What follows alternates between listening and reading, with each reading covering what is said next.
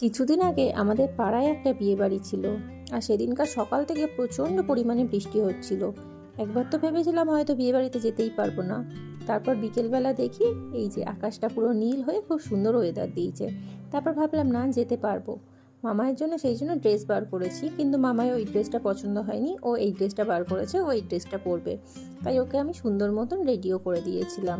এই যে ওর কিন্তু সাজুগুজুটা খুব পছন্দ হয়েছিল। তারপর আমি শাড়ি পরে নিয়েছি যে আমি নিজে রেডি হব। তারপর রেডিও হয়ে নিয়েছি। আমার কিন্তু খুব প্রবলেম হয় আমার চুলটাকে নিয়ে, আমি কিছুতেই সেট করতে পারি না। যাই হোক, আমি আর মামাই দুজনেই রেডি হয়ে নিয়েছি। আর এই যে আমরা বিয়ে বাড়িতে চলেও এসেছি। এই যে আসে কিন্তু এদেরই বিয়ে। আমরা এবার আস্তে আস্তে ঢুকেও গেলাম। ওখানে গিয়ে দেখি ওদের বিয়ের সব রিচুয়ালসগুলো হচ্ছে। ওদেরকে গিফট দিয়ে আমরা চলে এসেছি স্টলে। এই যে পকোড়া, কফি, এই যে পকোড়া নিয়ে নিয়েছি, কফি কিন্তু খাইনি, প্রচণ্ড গরম ছিল। সেই জন্য কফি না খেয়ে এই যে থামস আপটা নিয়ে নিয়েছিলাম। আর মামাই খেয়েছিল মাত্র দুখানা ফুচকা। তারপর এগুলো খাওয়া দাওয়া করে কিছুক্ষণ বসে বিয়ে দেখলাম।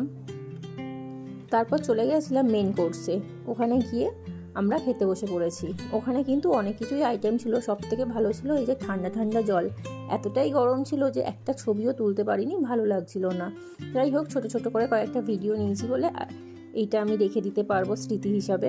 যাই হোক, তারপর এই যে রাতের বেলা খাওয়া দাওয়া শেষ করে এক গ্লাস থামস আপ নিয়ে বাড়ি চলে এলাম।